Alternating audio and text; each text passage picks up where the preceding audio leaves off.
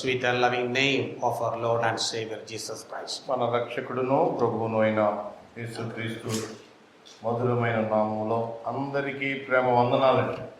Once again we are sitting in the presence of God to hear from Him. ప్రభు మాటలు వినడానికి మరొకసారి మనం ప్రభు సన్నిధిలో కూర్చుని ఉన్నాం. So this morning we gathered here to worship the Lord and take part in the Lord's table. ఈ ఉదయకాలపు వేళ ప్రభుని ఆరాధించి మనం బలలో పాలు పంపులు పొందాం. Now once again we are gathered here to study God's word. మరొకసారి దేవుని యొక్క వాక్యాన్ని ధ్యానం చేయడం కొరకై మనము చేరి రాగలిగాం. It is God's word that touches us and transforms us. మనల్ని తాకి మార్చేది దేవుని యొక్క వాక్యము మాత్రమే. Therefore sit in the presence of God with a receptive heart and open mind. వాక్యాన్ని అంగీకరించే హృదయంతో మనస్సు తెరిచి దేవుని సన్నిధిలో మనం ఎదురు చూడాలని మీకు మనవి చేస్తున్నాను. Let us have a prayer rising from our heart. Speak, Lord, for your servant hears. నీ దాసుడు ప్రభువా, నీ దాసుడు ఆలకించుచున్నాడు అని సమూయేలు ప్రార్థించిన ప్రార్థన వైఖరితో హృదయం లోపల నుండి మనం ప్రార్థనతో ప్రభు మాటలు విందాం. Okay, once again let us turn our attention to a very familiar passage. బాగా సుపరిచితమైన ఒక వచన భాగాన్ని మనం తెరిచి చూద్దామండి. So many of the familiar passages we often assume that we know the correct meaning. బాగా పరిచయమైన వాక్య భాగాలు వాటిని చూసినప్పుడు మనకు తెలుసులే అనిపిస్తుంది.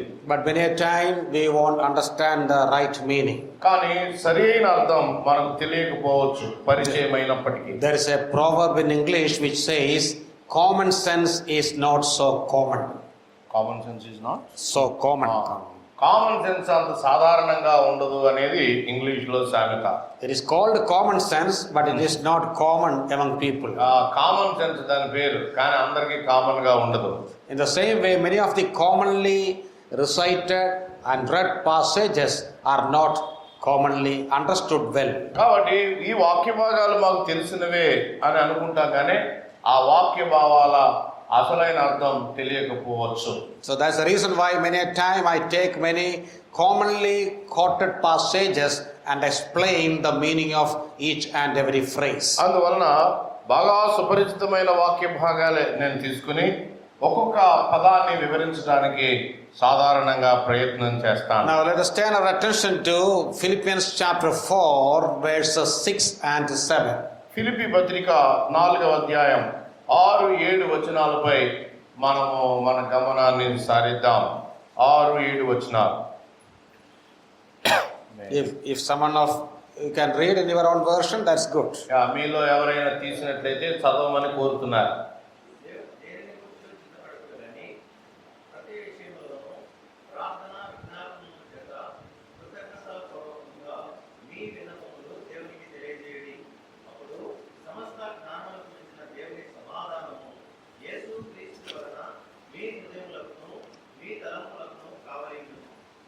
Well, thank you, brother, for your reading, and may the Lord speak to us through His word and by His Spirit. చదవబడిన లేఖన భాగాన్ని నుండి దేవుని ఆత్మ మనతో మాట్లాడును గాక.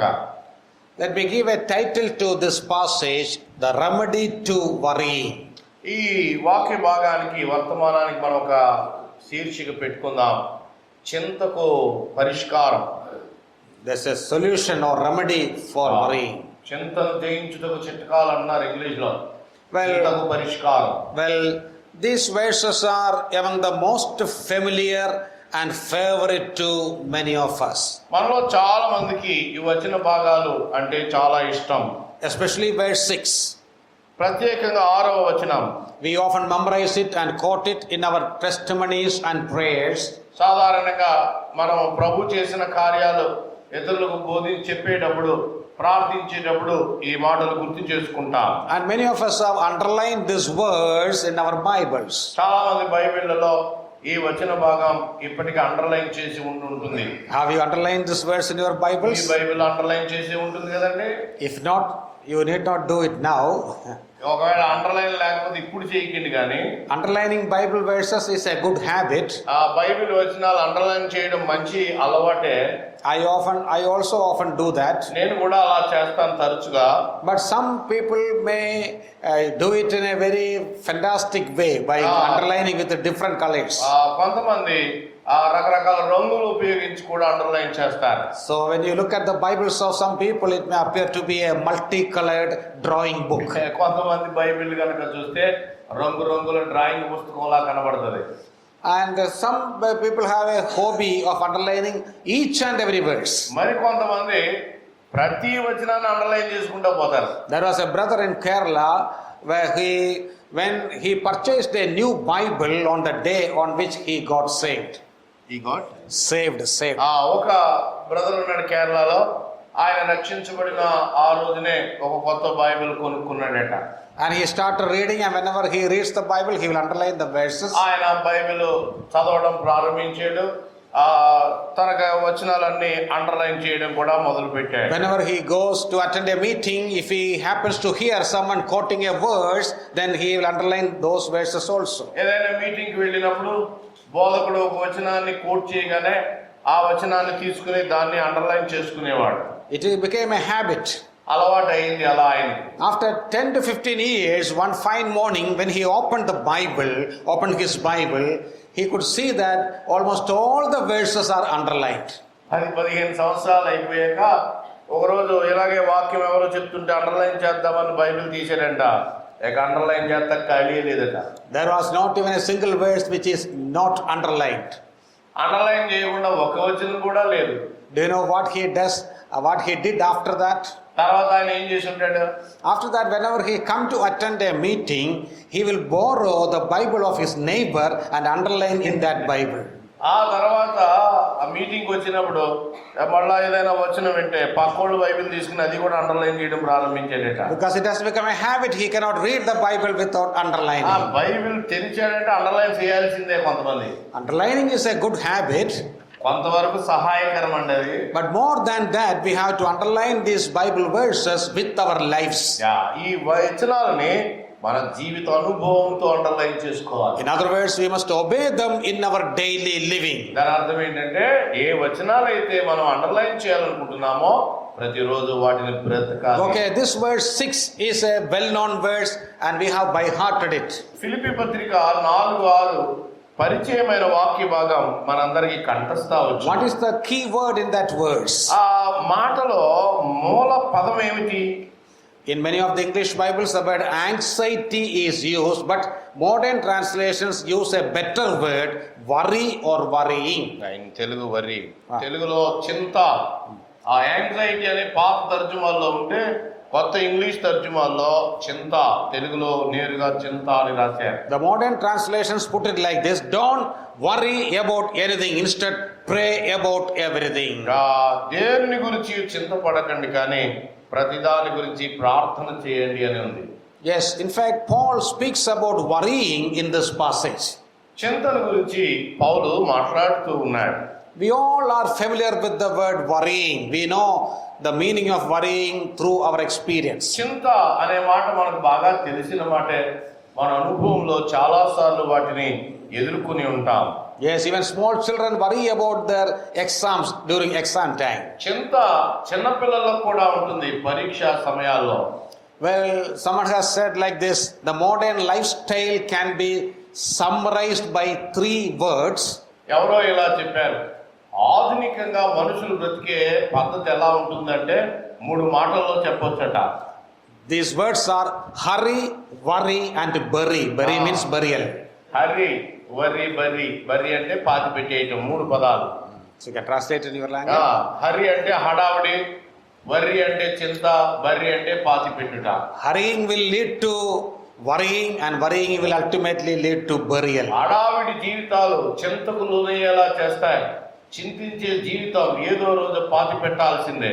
So many a time we all worry about so many imaginary things. చాలా సార్లు చింత అది ఏమి జరగకపోయినా జరుగుతున్నట్టుగా అనుకుని బాధపడేవే చింతలు. Studies have shown that 90% of the things we worry about will never happen. చాలా మంది చింతపడతారు కొన్ని విషయాల గురించి, అవి అసలు ఉండనే ఉండవు, లేని వాటి కొరకై చింతపడతారు. Well, who worries more, men or women? చెప్పండి, ఎక్కువ చింతపడేది పురుషులా స్త్రీలా? Anyway, I don't know the answer. If you know the answer, you tell me. నాకు కూడా తెలియదు, తెలిస్తే మీరు మాకు చెప్పండి. Any answer? చెప్తారా? It seems that none of you have ever worried about anything. అసలు మీకు చింతే లేదన్నట్టుగా ఉన్నారు, మీరంతా ఎంత చక్కగా ఉన్నారో. Anyway, I will give you an answer given by a British psychologist. It is not my opinion, it is his opinion. నా opinion కాదు, ఓ British psychologist ఇచ్చినటువంటి ఒపీనియన్ మీతో చెప్తాను. And he has written, ఆయన రాశాడు, comparing men and women, ఆ పురుషులు స్త్రీలు ఎవరు ఎక్కువ చింతపడతారనే విషయం. a woman stops worrying soon after her marriage. పెళ్ళవగానే సోదరి చింతపడడం మానేస్తుందట. All the worries of women are only up to their marriage. పెళ్లి దాకానే ఆడపిల్లలకి చింతలు. On the other hand, a man starts worrying soon after his marriage. ఆ పక్కన మరొక వైపు పురుషుడు పెళ్లి కాడి నుంచి మొదలవుతాయట చింతలన్నీ. I think at least some of the men who are sitting here will say amen to that statement. మీలో కొంతమంది పురుషులు అవునవును అన్నట్టుగా ఉన్నాయి ముఖాలు. Anyway, both men and women are habitual worriers in general. విషయం ఏంటంటే స్త్రీలకు చింత ఉంది, పురుషులకు కూడా చింత ఉన్నది. But that's a common problem even among believers. That is why Paul says, do not worry about anything. ఇది సర్వసాధారణమైన సమస్య కనుక పౌలు విశ్వాసంతో చెప్తున్నాడు, దేనిని గురించి చింతపడకుడి. Someone has said, we are often crucified between two thieves, just like Jesus. ఎవరో ఇలా చెప్పారు, నేను ఇప్పుడు కూడా యేసు ప్రభు మాదిరి ఇద్దరు దొంగల మధ్య సిలువ వేయబడి ఉంటాను అన్నారట. And one is the regret of the past and the other one is the worry about the future. ఒకటి ఏంటంటే నా కుడి వైపున ఎడమ వైపున ఒకటి జరిగిపోయిన గత సంబంధమైన విషయాలు నన్ను చింతపరుస్తాయి, మరొక వైపున రాబోయే సంగతుల గురించిన ఆందోళన నన్ను చింతలోనికి నెడుతుంది. So we all are worried about the future and we have so many regrets about our past. గత జీవితాన్ని గురించిన ఎన్నో రకాలైనటువంటి సంగతుల విషయమై పశ్చాత్తాపం, భవిష్యత్తును గురించినటువంటి ఆందోళన, Both are killing us. ఈ రెండు సిలువ వేస్తూ ఉన్నాయి మనం. Now what is the literal meaning of the word worry used in the Bible? బైబిల్లో చింత అనే మాటకు అసలైన అర్థం ఏమై ఉంటుంది? It literally means to be pulled in opposite directions. చింత అంటే ఒక వ్యక్తిని పరస్పర వ్యతిరేక దిశల్లో లాగివేయుట, చీల్చివేయుట. I will explain it a little more. ఇంకా నేను దీన్ని వివరిస్తాను. Suppose one of you are standing at the middle of this hall ఈ హాల్లో మీలో ఎవరో మధ్యలో నిలవబడ్డారో and two very strong or equally strong men are standing on your both sides. మీకు అటువైపున ఇటువైపున సమానమైన బలము కలిగిన వాడు నిలబడ్డారు అనుకోండి. And one person is holding at your right hand and pulling you towards the right. ఒక కుడివైపున ఉన్న ఆయన మిమ్మల్ని గట్టిగా కుడివైపుకు లాగుతున్నాడు. And the other one is holding at your left hand and pulling you towards left. మరొక ఆయన ఎడమ వైపును పట్టుకుని ఎడమ వైపుకు లాగుతా ఉన్నాడు. You just imagine that ఆ situation. పరిస్థితిని ఒకసారి మీరు ఊహించండి. Then what will you feel in your body? అలాగే రెండు వైపుల నుంచి లాగుతా ఉంటే మీకు ఏమనిపిస్తుంది శరీరంలో? What will you feel? చెప్పండి సోదరులారా, ఏమనిపిస్తుంది? Two equally strong men are pulling you in opposite directions. సమాన బలము కలిగిన వాళ్ళు ఇద్దరు మిమ్మల్ని అటువైపు ఇటువైపు లాగుతా ఉన్నారు. You may feel that your body may split into two parts. నా శరీరం మధ్యలోకి చీలిపోతుందా అన్నట్లుగా ఉంటుంది. You may feel severe pain in your body. శరీరంలో తీవ్రమైన నొప్పి కలుగుతుంది. In the same way, if you feel the pain in your mind, that is called worrying. అదే శరీరంలో ఉండే నొప్పే నీ మనస్సుకు కలిగితే దానినే చింత అని అన్నారు. So when someone feels a similar kind of pain and pressure in the mind because of overthinking, that is called worrying. ఎక్కువగా అనవసరంగా ఆలోచించడం వల్ల మనసుకు ఏలాగునే చింత నొప్పి కలుగుతుంది. Yes, someone has said worry is faith running in reverse gear. Faith is running in reverse gear. చింత అంటే విశ్వాసం ద్వారా ముందుకు వెళ్ళాల్సినటువంటి మనకే చింత అనేది రివర్స్ గేర్, వెనక్కి తీసుకుపోతుంది. So it is exactly the opposite of faith. కాబట్టి విశ్వాసానికి వ్యతిరేకమైనటువంటిది చింత. Now let me analyze verse 6 in detail. 6వ వచనాన్ని ఎక్కువ సూక్ష్మంగా మనం చూడాల్సి ఉంది. In our translations we read, do not worry about anything. ఇక్కడ దేనిని గురించి చింతపడకుడి అని ఉంది. When we read it in our translations, either in English or in Indian languages, English లో గాని భారతీయ ఇతర భాషల్లో గాని మనం we చదివినప్పుడు may feel that Paul is giving us a good suggestion, saying that it is better to avoid worrying or something like that. ఇక్కడ పౌలు దేని గురించి చింతపడకుండా అంటే చింత ఉంటదే పట్టించుకోకుండి అనే భావం కొంతమంది అనుకోవచ్చు. So that is the impression we get when we read this verse in our translations. మన తర్జుమాల ద్వారా చింతను పట్టించుకోకండి అన్నట్లుగా ఉండొచ్చు. But do you know how did Paul write this in the original Greek? అయితే ఒరిజినల్ గ్రీక్ లో పౌలు అసలు ఏ భావంతో రాశాడు దీనిని? If we translate it as such from the original language, ఆ మూల భాషను యథాతథంగా తర్జుమా చేస్తే we can translate it like this: ఇలా వస్తుంది, stop worrying about anything. దేనిని గురించి చింతపడడం ఆపేయండి. A very strong word Paul uses. చాలా బలమైన పదాన్ని పౌలు ఉపయోగిస్తున్నాడు గ్రీక్ లో. Stop worrying about anything. ఆపేయండి, చింతపడడం ఇక ఆపండి. Which means that it is a very strong commandment, just like the 10 commandments in the Old Testament. పాత నిబంధన 10 ఆజ్ఞల్లాగా ఇది కూడా బలమైన ఆజ్ఞ పౌలు ఇస్తున్నాడు. So it is not simply a good suggestion put forward by Apostle Paul. చింతపడకండి అని సలహా ఇవ్వటం లేదు పౌలు. It is a very strong commandment given to each and every believer. చింతపడవద్దు ప్రతి విశ్వాసి ఆజ్ఞాపిస్తున్నాడు. If it is a commandment, ఒకవేళ అది ఆజ్ఞ అయితే violation of the commandment is a sin. ఆ ఆజ్ఞ అతిక్రమము పాపం. Have you ever thought like this? Have you ever thought that worrying is a sin? చింతపడడం పాపం అని ఎప్పుడైనా మీకు అనిపించిందా? We often have the habit of confessing our sins at least on Saturdays. కనీసం శనివారం ఆ విజ్ఞాపన కూటంలో చాలా మంది పాపాలు ఒప్పుకుంటా ఉంటారు. Have you ever confessed the sin of worrying? పాపాలు ఒప్పుకునే ఆ క్రమంలో Have you ever అబ్బా నేను చింతపడ్డాను, have you ever ఆ told చింత అనే పాపం క్షమించు అని ఎప్పుడైనా అడిగారా? have you ever told God, Lord, last 1 week I have been worrying about so many things. I have committed a sin. You have to forgive me. అబ్బా ఈ వారం అంతా పలు రకాల విషయమై చింతపడ్డాను, నన్ను క్షమించు అని ఎప్పుడైనా క్షమాపణ అడిగే వాటి లిస్టులో చింత ఉన్నదా? Many a time we don't do that because we never knew that this was a strong commandment. మనలో చాలా మందికి చింతపడినందుకు మనం ప్రభువుని క్షమాపణ అడగాలని తెలియదు. కారణం ఏంటంటే చింతపడవద్దు అనేది ఆజ్ఞగా మనకు తెలియదు. That word stop is a very powerful word. ఇక్కడ చింతపడడం ఆపేయండి, ఆపేయండి అనే మాట ఎంతో శక్తివంతమైనటువంటి మాట. Have you ever seen the word stop written somewhere while you travel on the road? మీరు రోడ్డు మీద ప్రయాణం చేస్తున్నప్పుడు ఆగుము అనేది ఎప్పుడైనా మీరు చూసారండి? Actually, stop is a traffic sign. ఆగుము అనేది రద్దీకి సంబంధించిన గుర్తు. To make that point clear, let me quote an incident that happened long back. Israel జీవితంలో చాలా కాలం క్రితం జరిగిన సంఘటన. Some 40 to 45 years ago, one of our brethren went to the United States for higher studies.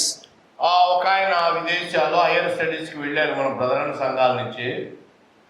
And when we know that whenever people go to foreign countries, before studying anything, first of all they had to learn driving. వాళ్ళు అక్కడికి వెళ్ళి చదువుకునే ముందు driving నేర్చుకుంటారు. So he also went there. First he learned driving and he took an American driving license. ఈ brother కూడా America వెళ్ళి మొదటిగా అమెరికన్ డ్రైవింగ్ లైసెన్స్ సంపాదించుకున్నాడు. And he purchased an old car by taking loan from some banks. ఎక్కడి నుంచో loan తెచ్చుకుని పాత car కొనుగోలు చేశాడు. And when he came back home to Kerala, he shared this incident. ఆయన తర్వాత కొంతకాలానికి కేరళ వచ్చి జరిగింది పంచుకున్నాడు. One day in the afternoon, he was driving his own car and going to some place. ఒక రోజు మధ్యాహ్నం ఆయన కారులో ఒక చోటుకు వెళ్తా ఉన్నాడట. You see, it was in the afternoons, the roads were almost deserted, no traffic was there. ఆ మధ్యాహ్నపు వేళలో ట్రాఫిక్ ఏమీ ఉండదు. And when he reached a junction, he happened to see a traffic board kept there. ఆయన ఒక జంక్షన్కి వచ్చేసరికి అక్కడ ఒక traffic board కనబడుతుంది. And there was no traffic police, no traffic signal, signals లేవు, but a board was kept there. ఒక board మాత్రం ఉంది. Just 3 words were written there. మూడే 3 మాటలు రాయబడ్డాయి. The words were stop, look and proceed. అక్కడ ఆగి చూసి సాగిపోండి అని ఉంది. I don't know whether you have seen such boards somewhere in Andhra Pradesh. ఆంధ్రాలో కూడా ఉన్నాయి కదండి, ఆగి చూసి వెళ్ళండి. Okay.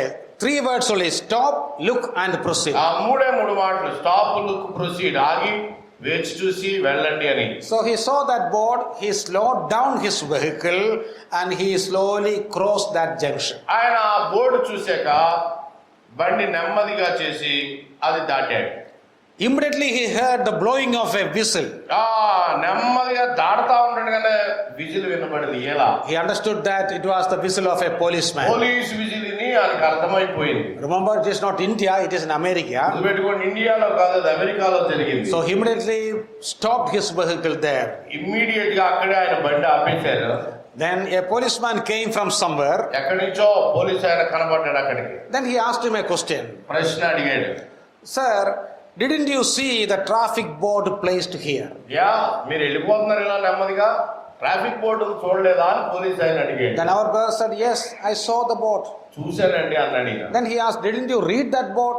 చూశారు, చదవలేదా అని అడిగాడు police. Again he said, yes, I read the board. చదివానండి అని కూడా చెప్పాడు. What was written there? ఏముంది అక్కడ? You give me the answer. What was written there? చెప్పండి, అక్కడ ఏముంది?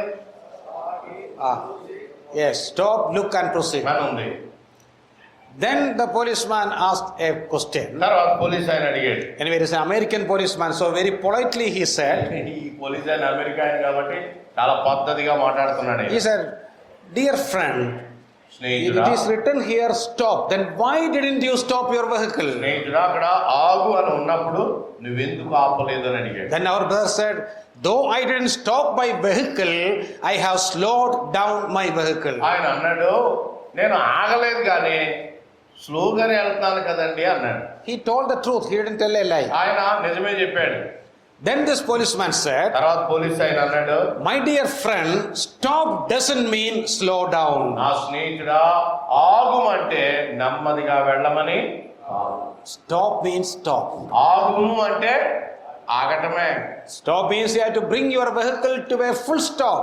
ఆగుము అనగానే వెహికల్ బండిని పూర్తిగా ఆపిన స్థితిలోనికి తీసుకురా. After saying this, he promptly fined him $25 also. ఆ తర్వాత $25 జరిమానా కూడా కట్టాడు. You see, what can we learn from that incident? ఆ సందర్భం నుంచి మనం ఏమి నేర్చుకుంటాం?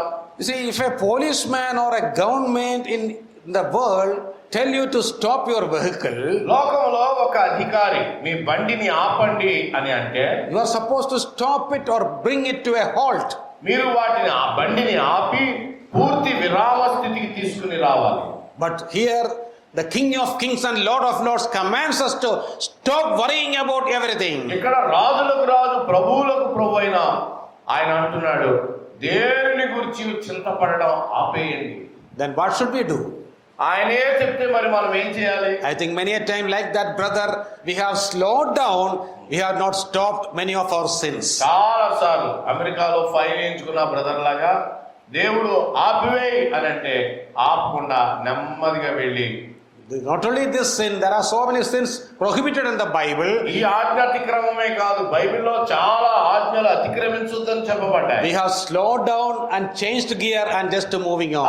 నెమ్మది పరిచి మళ్ళా గేర్ మార్చి వెళ్ళిపోతా ఉన్నాం. But if the Bible says stop, that means stop. Bible చెప్తుంది ఆగుము అంటే ఆగిపోవాలంటే. So that is the commandment, positive commandment, negative commandment, prohibition given in verse 6. కాబట్టి 6వ వచనములో ప్రతికూలమైన ఒక ఆజ్ఞ ఇవ్వబడింది. When I say this, you may ask a question in your mind. మీ మనసులో నేను ఈ మాటలు చెప్తున్నప్పుడు మీకు ఒక ప్రశ్న వచ్చి ఉంటుంది. Okay, Paul can write in this way. పౌలు ఇలా రాయసి ఉండొచ్చు. And Paul was a great apostle. గొప్ప అపోస్తలుడు ఆయన. You preachers also can preach about this because you do not know the problems we face every day in our lives. మీరు బోధకులుగా ఉండి చింతపడకండి అని వేదిక మీద చెప్పేయడం చాలా తేలిక. జీవితంలో మేము ఎదుర్కొంటున్న కష్టాలు మీకే తెలుసు అని మీలో కొంతమంది అనుకుని ఉండవచ్చు. But it is not something practical. వినండి, ఇది అంత సులభమైనది కానే కాదు. But remember, Paul, when he wrote this letter, he was in the Roman prison. గుర్తుపెట్టుకోండి, చింతపడకండి అని చెప్తున్న పౌలు చెరసాలలో నుండి ఈ పత్రిక రాస్తున్నాడు. But he didn't have any worry about anything. చెరసాలలో ఉన్నప్పటికీ కూడా ఏమాత్రం చింత లేని భక్తుడు పౌలు. What is the key word or theme of the letter to Philippians? Philippi పత్రిక ముఖ్యమైన పదం ఏంటండి, సారాంశం ఏంటి? Joy or rejoice in the Lord.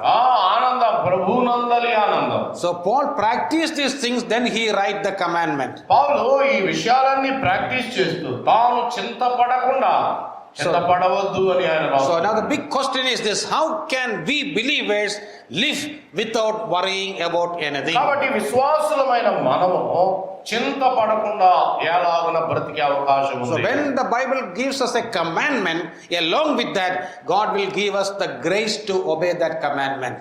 బైబిల్లో ఒక గొప్ప సూత్రం ఏంటంటే, ఒక ఆజ్ఞ ఇచ్చి ఆ ఆజ్ఞను పాటించడానికి కావలసిన బలం కూడా ఇవ్వబడుతుంది. How can we live without worrying? చింతపడకుండా ఎలా బ్రతకడం సాధ్యమవుతుంది? At least one reason is given in verse 5, last part. 5వ వచనం ఆఖరిలో కనీసం చింతపడకుండా ఎలా సాధ్యమవుతుందో ఒక్క కారణం చెప్పాడు. And the last part says, the Lord is at hand. ప్రభు సమీపంగా ఉన్నాడు, చింతపడకండి. After writing that sentence, immediately he writes, stop worrying about everything. ప్రభు సమీపంగా ఉన్నాడు అని చెప్పిన వెంటనే దేనిని గూర్చి చింతపడకుడి అని రాయబడింది. So the first answer is this: how can we live without worrying? The answer is this: God is with us, therefore we can lead a worry-free life. కాబట్టి ప్రభు సమీపంగా ఉన్నాడు, విశ్వాసులారా చింత పడకుండా ఆపండి అని చెప్తున్నాడు. Yes, the Bible always gives us this promise that His presence is available to each and every child of God. దేవుని పిల్లలందరికీ ఆయన సన్నిధి ఎప్పుడు వాగ్దానం చేయబడింది. There are many verses in the Old Testament. పాత నిబంధన గ్రంథంలో చాలా వచనాలు ఉన్నాయి. In Psalm 46:1 we read, 46వ కీర్తన 1లో మనం చూస్తాం. Psalm 46 verse 1. 46 మొదటి చరణంలో మనం That చూస్తాం. verse also is a very familiar verse. ఆ వచనం కూడా మనందరికీ బాగా పరిచయమైనటువంటి మాట. God is our refuge and strength, a very present help in trouble. ఆ దేవుడు మనకు ఆశ్రయమును దుర్గమునై ఉన్నాడు, ఆపత్కాలములో ఆయన నమ్ముకొనదగిన సహాయకుడు. So His presence is available always, and it will become more meaningful when we are in trouble. కాబట్టి ఆయన సన్నిధి మనకి ఎప్పుడు వాగ్దానం చేయబడింది గనుక, సమీపంగా ఉన్నాడు గనుక చింతపడడం ఆపివేయండి. The best example is the life of Shadrach, Meshach and Abednego. మనకి దానికి గొప్ప మాదిరి షద్రకు, మేషకు, అబేద్నెగో జీవితాల్లో కనబడుతుంది. When they were outside the furnace, the spiritual presence of God was with them. వారు భయంకరమైన ఆ అగ్ని, వేడిమి గల అగ్నిలో ఉండగా దేవుని సన్నిధిని వారు అనుభవించారు. Wait a minute. When they were outside the furnace, the spiritual presence of God was with them. ఆ వేడిమి గల అగ్నిగుండంలో పడక ముందు దేవుని సన్నిధిని అనుభవించారు. But when they were thrown into the furnace, that spiritual presence became physical presence. ఆ బయట ఆత్మ సంబంధమైన సన్నిధి వారు అగ్ని గుండంలో త్రోయబడినప్పుడు ప్రభువే వారి మధ్య భౌతికంగా వారి మధ్యలోకి దిగి వచ్చాడు. The king threw 3 men, but the king could see 4 men walking in the furnace. రాజు ముగ్గురిని వేడిమి గల గుండంలో పడవేశాడు, కానీ ఆ గుండములో పడవేయబడిన తర్వాత రాజు నలుగురిని చూడగలుగుతున్నాడు. Yes, this is the meaning of Psalm 46:1. ఆ 46వ కీర్తన యొక్క మొదటి చరణం అర్థం అదే. When we come to the New Testament, కొత్త నిబంధన గ్రంథంలోనికి మనం వచ్చినప్పుడు one of the names of our Lord Jesus is Emmanuel. ఆ ప్రభు యొక్క నామాల్లో ఒకటి ఇమ్మానుయేలు అని చెప్పబడింది. What is the meaning of Emmanuel? Immanuel అంటే అర్థం ఏంటి? God with us. దేవుడు మనకు తోడు. Yes, our Lord is Emmanuel. మన ప్రభు తోడై ఉన్నాడు, సమీపంగా ఉన్నాడు. Before he left this world, ఈ లోకాల్లో ఆయన ఆరోహణమై వెళ్ళిపోకముందు, while he gave the great commission, ఆయన శిష్యులకు గొప్ప ఆజ్ఞ ఇస్తున్న సమయంలో in Matthew 28:20, Jesus said, "Lo, I am with you always, even to the end of the age." మత్తయి సువార్త 28 ఆఖరులో చెప్పాడు, ఇదిగో నేను యుగ సమాప్తి వరకు సదాకాలము మీతో కూడా ఉన్నాను. Yes, one reason is given by Paul in this passage itself. కాబట్టి చింతపడడం ఆపేయండి. ఎందుకు? ఒక కారణం చెప్తున్నాడు, ప్రభు సమీపం. Another reason is given by our Lord Jesus himself. ప్రభువే ఎందుకు చింతపడకూడదో మరొక ఉదాహరణ ప్రభు చెప్పాడు. Indeed, our Lord Jesus taught much more about worrying than Apostle Paul did.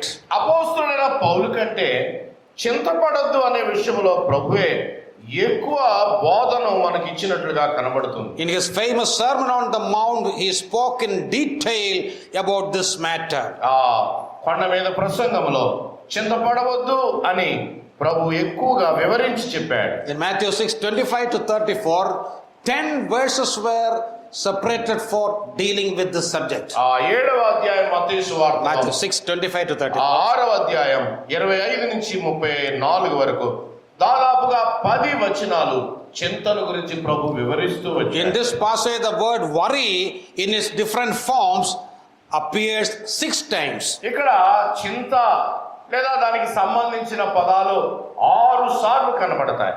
So, in effect, Jesus says, stop worrying about the basic needs of life, such as food, clothing, and shelter. ఇక్కడ ఒక రకమైన చింత అనుదిన అవసరాల విషయమై, ఏమి ధరించుకుంటామా, ఏమి తింటామా, ఏమి త్రాగుతామా అనే విషయాల గురించిన చింత చెప్పాడు. So, in verse 25, Jesus said, stop worrying about your life. 25వ వచనములో మీ జీవముల గురించి చింతపడకండి అని చెప్పాడు ఆయన. But after giving that commandment, మీ ప్రాణముల గురించి చింతపడొద్దు అని చెప్పాక he immediately gives a reason for worry-free life. మీరు ఎందుకు చింతపడకూడదు కారణాన్ని ప్రభు చెప్పాడు. All of you look at that verse Matthew 25 చూడండి. 6:26. ఆ 6:25 మత్తయి సువార్త చూడండి. One of you can read that verse. ఎవరైనా చదువుతారండి? 6:25. Matthew 6:26. 6:26. 6. 26. ఆ. ఆ.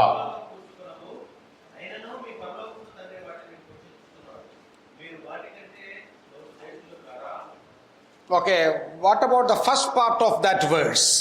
ఆ వచనంలో మొదటి భాగాన్ని మీరు Look at the గమనించండి. birds of the air, for they neither sow nor reap nor gather into barns. ఆ 26వ వచనం, ఆకాశ పక్షులు చూడండి, విత్తవు కోయవు, కొట్లలో కూర్చుకొనవు. That is something very common, we also know about it. మనకందరికి బాగా తెలిసిందే, పక్షులు ఎప్పుడు ఇలా చేయలేవు. Now a question comes, who is feeding them? అయితే విత్తవు కూర్చో కొట్టులో పెట్టుకో, మరి వాటిని ఎవరు పోషిస్తున్నారు?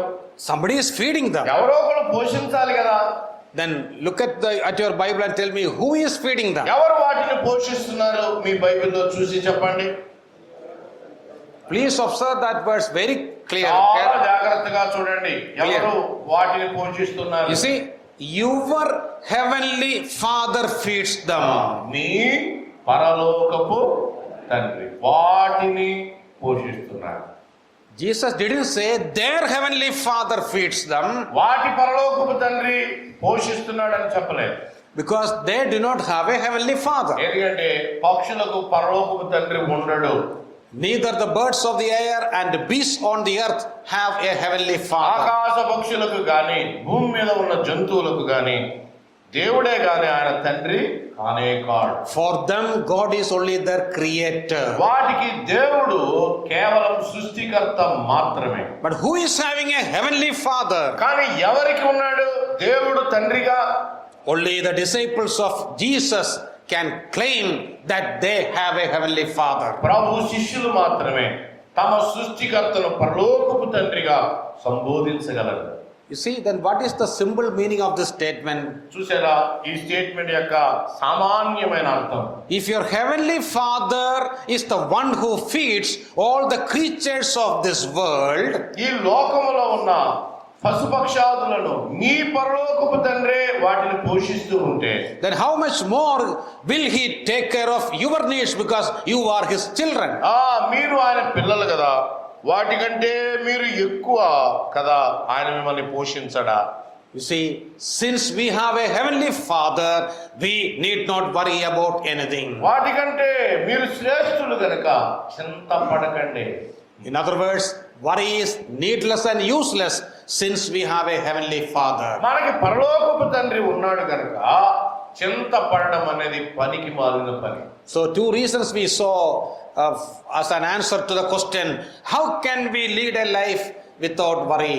కాబట్టి రెండు సంగతులు మనం చూస్తున్నాం. చింతపడకుండా బ్రతకడం ఎలా? First of all, the presence of God is always with us. చింతపడకుండా బ్రతకడం ఎలా సాధ్యం అంటే, Number 1, ప్రభు సమీపంగా ఉన్నాడు. Number 2, 2, our God is our heavenly father. దేవుడు మనకు పరలోకపు తండ్రి. We have a God who has the heart of a father in heaven. పరలోకంలో ఉన్న దేవుడు తండ్రి హృదయాన్ని కలిగి ఉన్నాడు. That is why later Peter wrote in 1 Peter 5:6, పేతురు మొదటి పత్రికలో పేతురు చెప్తున్నాడు తర్వాత, cast your care upon him for he cares for you. ఆయన మిమ్మల్ని గురించి చింతించుచున్నాడు గనక మీ చింత యావత్తు ఆయన మీద వేయుడి. Yes, we have so many things to care about, but cast those cares into God's shoulders. ఎన్నో సంగతులు ఆలోచనకు వస్తాయి, వాటినన్నిటిని పట్టుకుని ఆయన భుజాల మీద వేసేయండి. I have been just explaining the first part of verse 6. కాబట్టి 6వ వచనం ఫిలిప్పీ 4:6 మొదటి భాగాన్ని మనం వివరిస్తూ ఉన్నాం. For the rest of the things I don't require much time. మిగతా వాటికి ఎక్కువ సమయం పట్టదు. Quickly let us come to the second part of verse 6. 6వ వచనంలో 2వ భాగాన్ని మీరు గమనించండి. So first one is a negative commandment, stop worrying about everything. 6వ వచనంలో మొదటి భాగం నెగటివ్ కమాండ్ చెప్పాడు, ఆపేయండి అని. Then what should we do? మరి ఏం చేయాలి? Second part says, but in everything by prayer and supplication with thanksgiving let your request be made known to God. ప్రతి విషయములో ప్రార్థన విజ్ఞాపనముల చేత కృతజ్ఞతాపూర్వకంగా మీ విన్నపములు దేవునికి తెలియజేయుడి. We can summarize verse 6 in this way. 6వ వచనాన్ని ఇలా మనం చెప్పుకోవచ్చు. Stop worrying and start praying. చింతించడం ఆపేయండి, ప్రార్థించడం ప్రారంభించండి. That small sentence you can always remember. ఈ మాట ఎప్పుడు గుర్తుపెట్టుకోండి. అలా stop worrying and start praying. చింతించడం ఆపేయండి, ప్రార్థించడం ప్రారంభించండి. Here Paul uses 3 distinct words related to prayer. పౌలు ఇక్కడ ప్రార్థనకు సంబంధించిన 3 భిన్నమైన పదాలు చెప్తున్నాడు. Prayer, supplication and thanksgiving. ప్రార్థన, విజ్ఞాపన, కృతజ్ఞత. Actually the word prayer itself consists of many things. ప్రార్థన అనగానే చాలా రకాల ప్రార్థనలు ఉంటాయి. Usually we say in English the prayer consists of 4 things like adoration, confession, thanksgiving and supplication. ప్రార్థన అనగానే ఇంగ్లీషులో ఉన్నటువంటి అర్థం ఏంటంటే ఆరాధించుట, పశ్చాత్తాపపడుట, విన్నపాలు తెలియజేయుట, కృతజ్ఞత. So it can be remembered easily in English, acts, ACTS, acts అని ఇంగ్లీష్ లో గుర్తుపెట్టుకోండి. adoration, confession, thanksgiving and supplication. adoration ఆరాధన, ప్రశంసించుట, తర్వాత C అంటే కన్ఫెషన్ ఒప్పుకోలు, T అంటే థాంక్స్ గివింగ్ కృతజ్ఞతలు, S అంటే supplication means request. విన్నపాలు. So here in this verse, after prayer Paul is using supplication and thanksgiving also. కాబట్టి పౌలు ప్రార్థన, విజ్ఞాపన, కృతజ్ఞత 3 సంగతులు ఉపయోగిస్తున్నాడు. So the first word prayer, many Bible scholars say it can be translated as praising God or worshiping God. కాబట్టి ప్రార్థన అనే భావాన్ని అనేక మంది బైబిల్ పండితులు మీరు మోకరించినప్పుడు ఆయనను ఆరాధించుట అనే దానికి సంబంధించి. So that is the antidote or remedy to worry. దాని అర్థం ఏంటంటే చింతకు విరుగుడు ముందు ప్రభువుని స్తుతించుట. Whenever our hearts are tempted to worry about so many things, చాలా విషయాల గురించి మీ హృదయం ఎప్పుడైనా చింతపడడం ప్రారంభిస్తే immediately separate some time for praising and thanking God. వెంటనే కొద్ది సమయాన్ని ప్రభు పాదాల యొద్ద ఆయన్ని ఆ కృతజ్ఞత తెలియచేయడం లేదా స్తుతించడానికి సమయాన్ని This కేటాయించారు. is exactly what Paul and Silas did when they were imprisoned in the Philippian jail. ఆ ఫిలిప్పీ చెరసాలలో పౌలు సేనలు ఈ పనినే వారు చేశారు. In Acts 16:25 we read, 16-25 అపోస్తల కార్యాల్లో మనం చదువుతాం. so when they were imprisoned in the Philippian jail, what did they do at midnight? ఆ మధ్యరాత్రి వేళ చెరసాలలో ఉన్న వాళ్ళు ఏం చేశారో చెప్తున్నాడు. We read, but at midnight Paul and Silas are praying and singing hymns to God. మధ్యరాత్రి వేళ పౌలును శీలయు దేవునికి ప్రార్థించుచు కీర్తనలు పాడుచుండిరి. So they not only prayed, they praised God or worshiped God. వారు కేవలం ప్రార్థించడం మాత్రమే కాదు, వారు కీర్తనలు పాడి ప్రభువుని ఆరాధిస్తూ ఉన్నారు. Yes, this is exactly what you and I have to do. నీవు నేను చేయాల్సిన పని కూడా ఇదే. Then after praising God, ప్రభుని ఆరాధించిన లేదా స్తుతించిన తరువాత, and then the next word is supplication. తర్వాత పదం చెప్పాడు విన్నపములు తెలియచేయడం. That means requesting. దాని అర్థం ఏంటంటే ప్రభుని అడగాల్సినవి అడగండి. What should we pray for? మనము దేవుని గురించి ప్రార్థించాలి. You see, there may be a problem or some problems in our lives which is causing us to worry. జీవితంలో ఏదో ఒక సమస్య చింత పెడుతుందా మనల్ని? Many a time we will pray for the removal of that problem. చాలా సార్లు ప్రభువా దీన్ని తొలగించు అని మనం ప్రార్థిస్తాం. But along with that we have to pray for the grace to bear that problem. అదే సమయంలో ప్రభువా దీనిని భరించడం కొరకే కావలసిన శక్తిని దయచేయి అని ప్రార్థించాలి. God has permitted that problem. ప్రభువే అనుమతించాడు ఆ సమస్య. God will remove it. God will remove it in His time. ప్రభు తన సమయంలో దాన్ని తీసివేస్తాడు. So till then we all need grace to bear with that problem. అంతవరకు కూడా ప్రభు తీసివేసేంత వరకు కూడా ఆ సమస్యను భరించడానికి మనకి కృప So కావాలి. that should be the main purpose of our prayer. కాబట్టి కావాల్సిన కృప కొరకై వేడుకోలు ప్రార్థన. We have to ask for grace. కృప కొరకై ప్రార్థించాలి. This morning also we saw that from the life of Apostle Paul. పౌలు జీవితంలో ఆయన కృప కొరకై ఎలా వేడుకున్నాడో ఉదయం మనం చూశాం. Yes. So the third word is thanksgiving. మూడవది కృతజ్ఞత. Then why should we present our needs with thanksgiving? ఎందుకు మనం అవసరాల కొరకు వెళ్ళి కృతజ్ఞత తెలియజేయాలి? Sometimes people say we have to give thanks in advance expecting an answer. కొంతమంది ఇలా చెప్తారు, ప్రభు మంచి సమాధానం ఇవ్వబోతున్నాడు కనుక ముందే ఆయనకు స్తుతులు చెప్తున్నాము అని అంటారు. That may be a good explanation. అది మంచి కారణంగా కనబడొచ్చు. But I think there's a better explanation. దానికంటే శ్రేష్టమైనవి కూడా ఇంకా ఉన్నాయి. Understand this truth very clearly. చాలా స్పష్టంగా అర్థం చేసుకోండి. You see, ప్రార్థనలో కృతజ్ఞతాస్తుతులు చెల్లించడం. you see, there are some problems in our lives which is leading us to worrying. మన జీవితంలో కొన్ని సమస్యలు చింతలోనికి నెట్టేస్తాయి. But as I told you this morning, nothing happens accidentally in the life of a believer. ఉదయకాలం నేను మీకు జ్ఞాపకం చేసినట్లుగా ఏ విశ్వాసికి ఏ కష్టం వచ్చినా అనుకోకుండా తగిలింది కాదు. Moreover, in Romans 8:28 we read, రోమా 8:28లో ఇంకా మనం ఇలా చదువుతాం. and we know that in all things God worked for our good.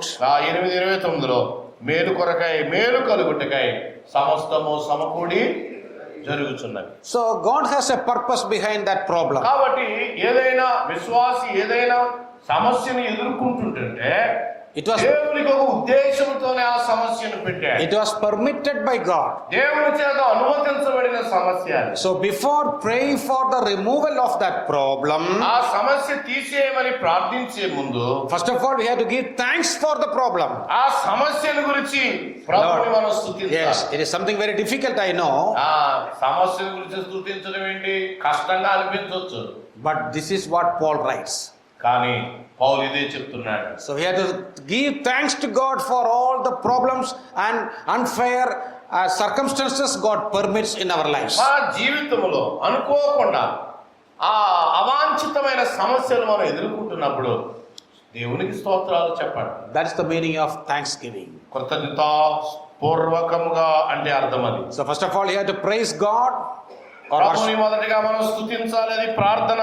or worship God, ఆయన ఆరాధించాలి. then he had to make requests or present our needs with thanksgiving. తర్వాత విన్నపాలు విజ్ఞాపన చేయండి, దాంతో పాటు కృతజ్ఞత, సమస్య ఇచ్చినందుకై కృతజ్ఞత. So verse 6 speaks about a negative commandment and a positive commandment. కాబట్టి 6వ వచనములో 2 ఆజ్ఞలు ఉన్నాయి.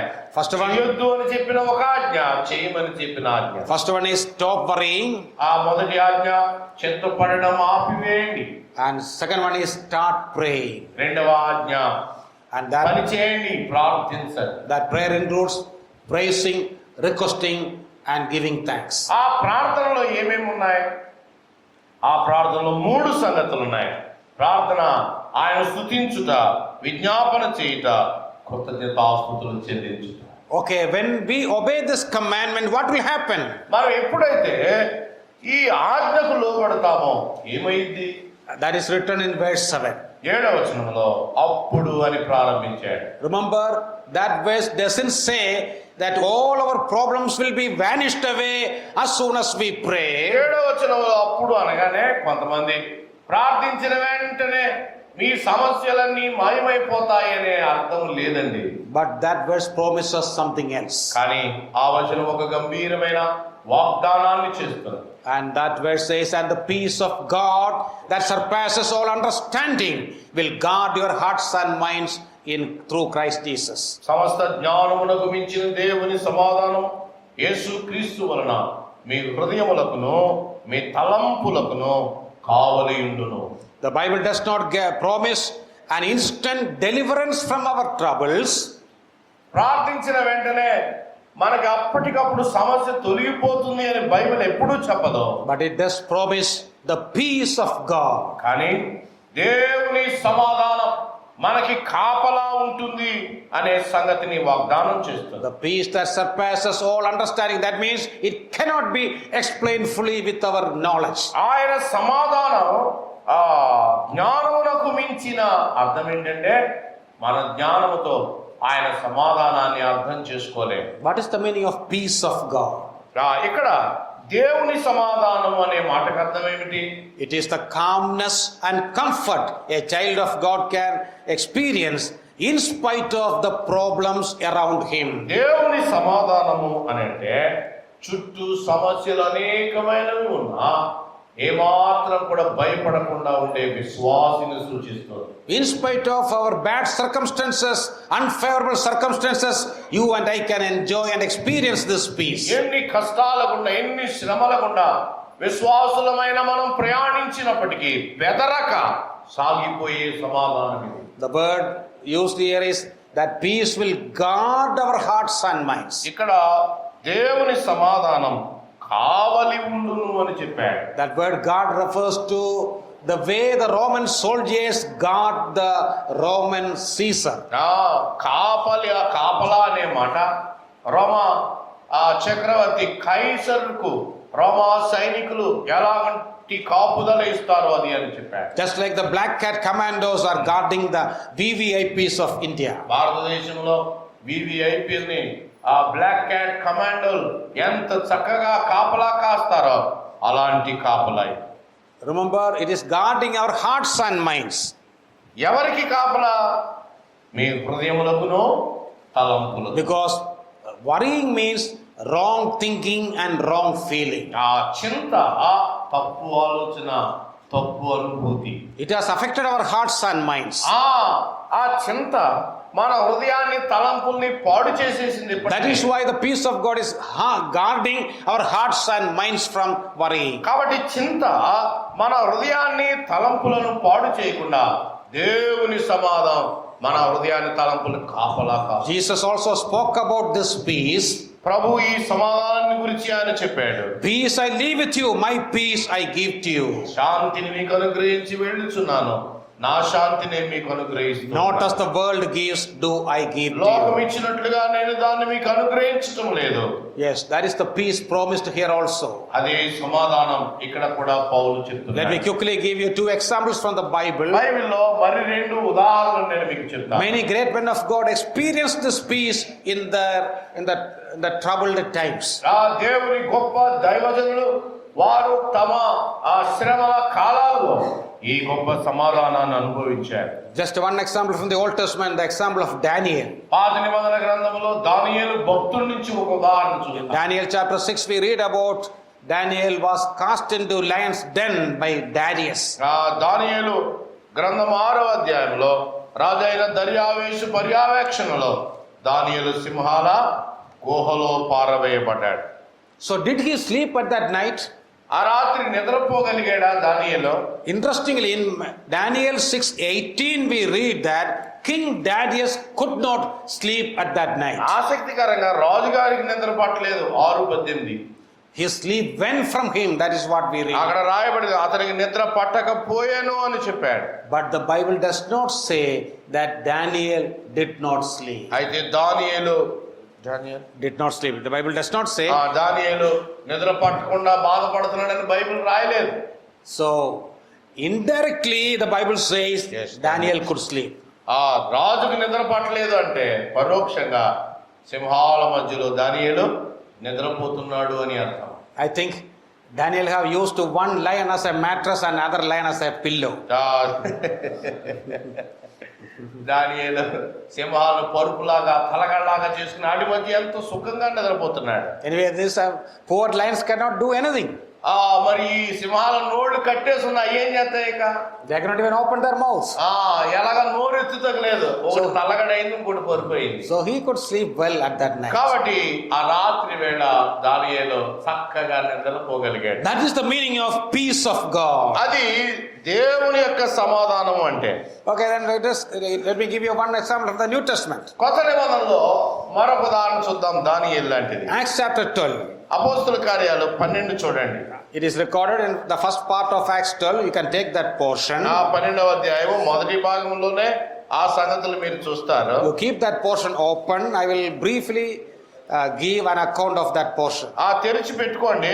నేను క్లుప్తంగా ఆ సందర్భాన్ని గురించి నేను మీకు జ్ఞాపకం చేస్తాను. So the first two verses speak about King Herod killing James, the brother of John. మొదటి 2 వచనాల్లో రాజైన హేరోదు ఆ యోహాను సహోదరుడైన యాకోబుని ఖడ్గంతో చంపించిన రోజులవి. And because he saw that it pleased the Jews, he proceeded further to seize or arrest Peter.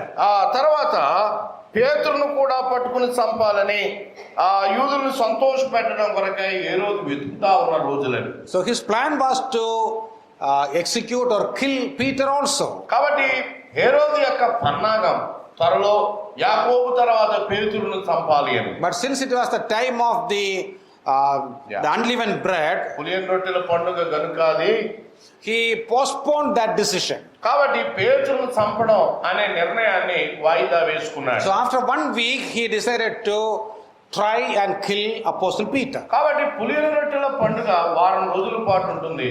ముగియగానే పేతురుని చంపాలి అనేది plan. On the previous day of his planned execution, what was the church doing?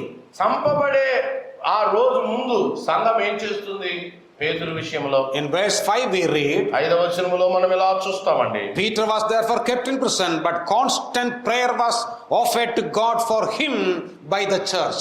పేతురు చెరసాలలో ఉంచబడెను. సంఘమైతే అతని కొరకు అత్యాశక్తితో దేవునికి ప్రార్థన చేయుచుండెను అని చెప్పాడు. This is a very good model you and I can imitate today. కాబట్టి నీవు నేను అనుసరించే ఒక గొప్ప మాదిరి ఇక్కడ కనబడుతుంది. Whenever one of our brethren is in trouble, we have to constantly and earnestly pray for him. ఎవరైనా మన తోటి సహోదర సహోదరులు కష్టంలో ఉన్నారు అని తెలియగానే అత్యాశక్తితో మనం ప్రార్థించాలి. So we all are members of one body. గుర్తుపెట్టుకోండి, ఎందుకు ప్రార్థన చేయాలి అని అంటే Okay, 5. మనమందరం ఒక్క శరీరములో అవయవాలం. Verse 5 can be understood easily. 5వ వచనం చాలా తేలిగ్గా మనకు అర్థమైపోతుంది. But what about verse 6? కానీ 6వ వచనం సంగతి ఏంటి? That verse is something very difficult for me to understand. నాకే ఇది అర్థం చేసుకోవడం చాలా కష్టము So, అనిపించింది. what was Peter doing at that night? పేతురు ఆ రాత్రి వేళ ఏం చేస్తున్నాడు? Look at the verse and tell me. 6వ వచనం చదివి పేతురు గారు ఏం చేస్తున్నారో చెప్పండి. Was he praying? ప్రార్థన చేస్తున్నాడండి. He was sleeping. పేతురు సైనికులు నిద్రించుచుండేను. How could he sleep in this manner? రేపు చచ్చిపోయేవాడికి ఈ రోజున ఎలా నిద్ర వచ్చింది? He was fast asleep. I think he was snoring also. ఉరకబెట్టి మరి నిద్ర అవుతున్నట్లుగా అనిపిస్తుంది చదువుతా ఉంటే మనకి. When the angel came, the angel took much trouble to wake him up. ఎందుకంటే మామూలుగా లేపితే లేచిలా లేడు. ఏమనుంది అక్కడ? దూత దగ్గరగా నిలిచాను, తడితే కానీ లేవలేకపోయాడు.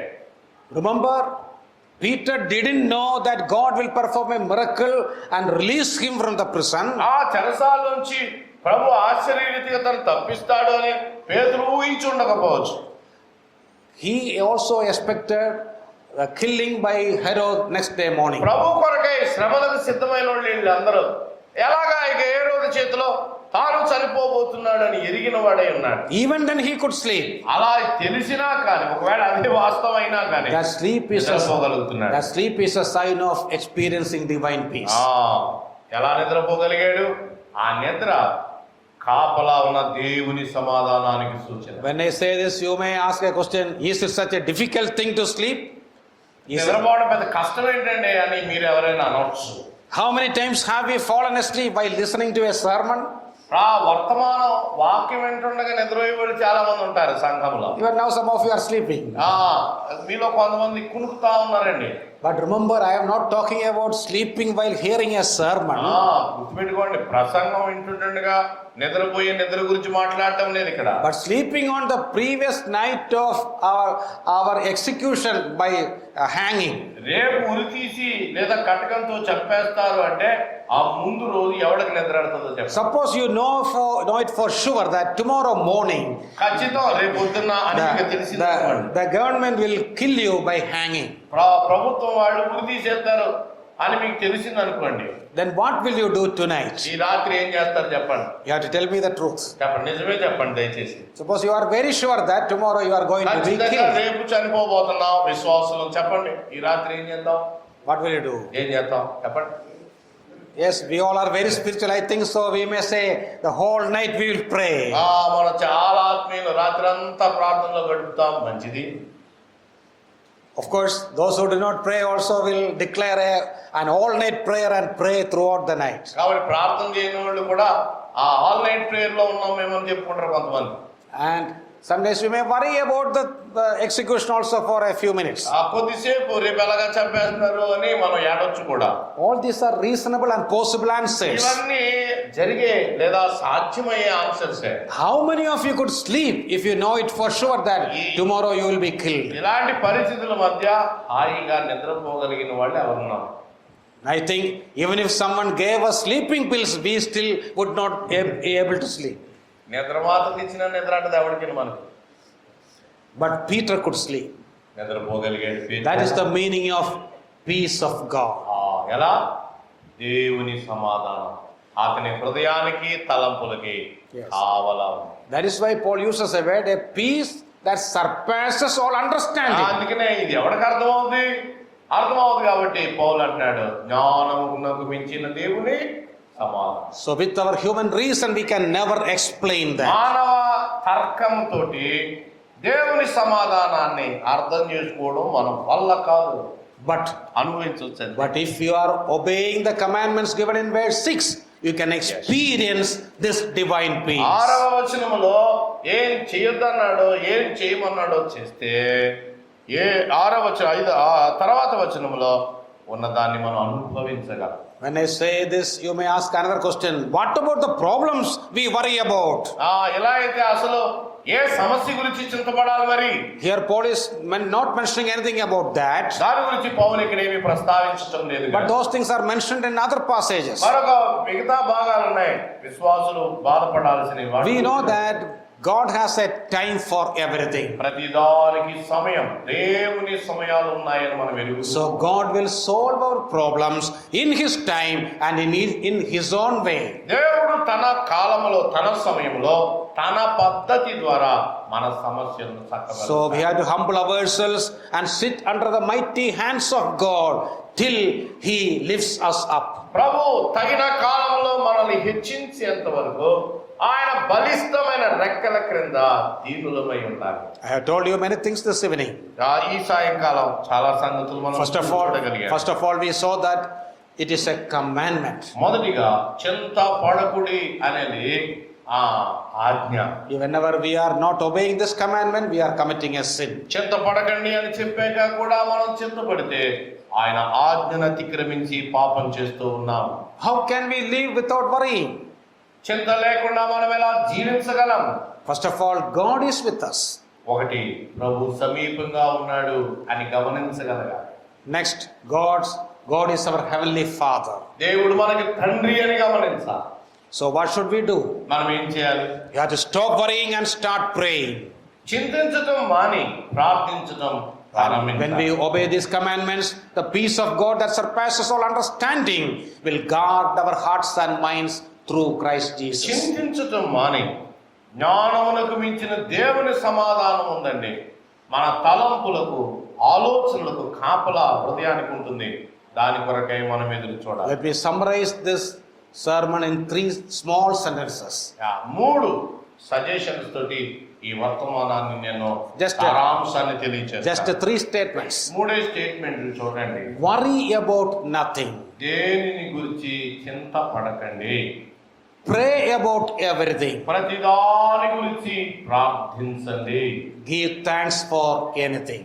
ప్రతి విషయం గురించి, ఏ విషయం గురించి అయినా ఆయనకు కృతజ్ఞతాస్తుతులు తెలియజేయండి. May the Lord help each one of us obey these commandments and experience the peace that surpasses all understanding. ఆయన మాటకు లోబడి జ్ఞానమునకు మించిన దేవుని సమాధానం ఎలా మన హృదయానికి తలంపులకు కావలి ఉంటుందో మనం అనుభవించి ఆయనను మహిమపరుద్దాం. Thank you for your patient listening. జాగ్రత్తగా విన్నందుకే మీ అందరికీ వందనాలండి. Those who have ears to hear, let them hear. Amen. చెవులు గలవాడు ఆత్మ చెప్తున్న సంగతులు విని ఆమేన్ అని చెప్తాం. Amen.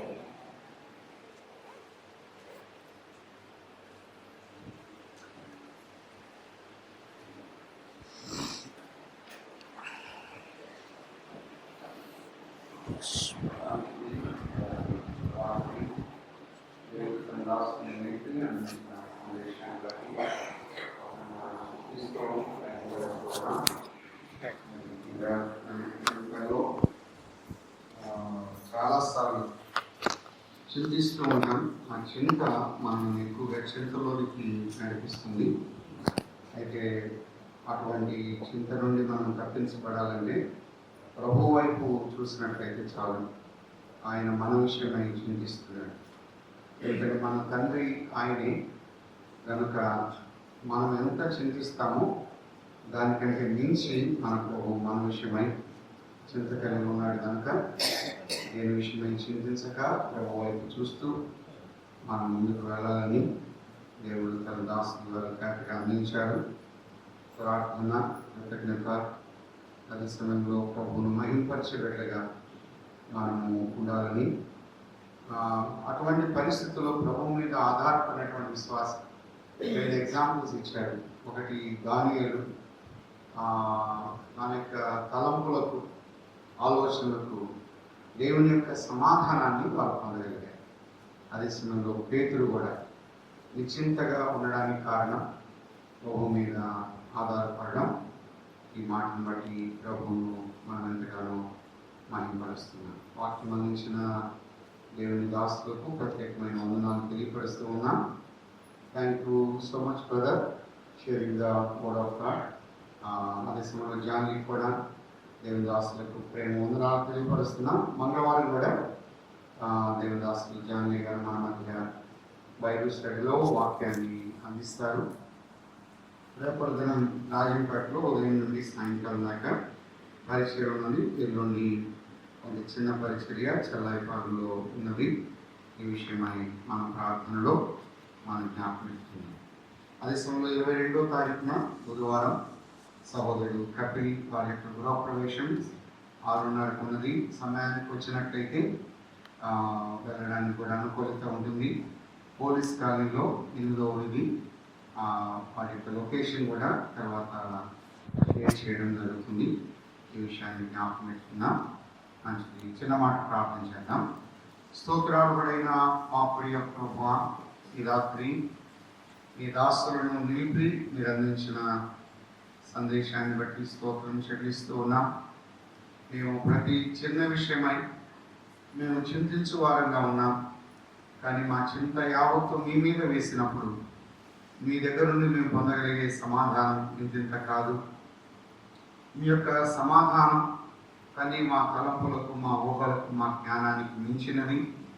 అందరం బట్టి స్తోత్రం చెల్లిస్తున్నాం. హృదయానికి తలంపులకు కాపలా ఉండి మమ్మల్ని ఎంతగానో నెమ్మదిగా ఉంచే విధానాన్ని బట్టి స్తోత్రం చెల్లిస్తున్నాం. ఈ విషయంలో అధైర్యపడక మీ వైపు చూస్తూ ముందుకు వెళ్ళడానికి మీ కృప అనుగ్రహించమని వాక్యం అందించిన వర్గీ జాన్ గారి కొరకు, అదే సమయంలో తజ్మాలో సహాయం చేసినటువంటి జానీ గారి కొరకు ప్రార్థన చేస్తున్నాం.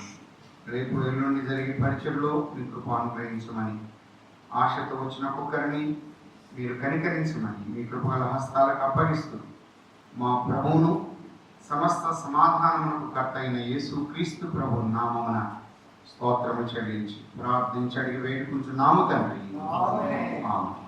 కుడి ఊహించబడింది. అందరికీ ప్రేమ.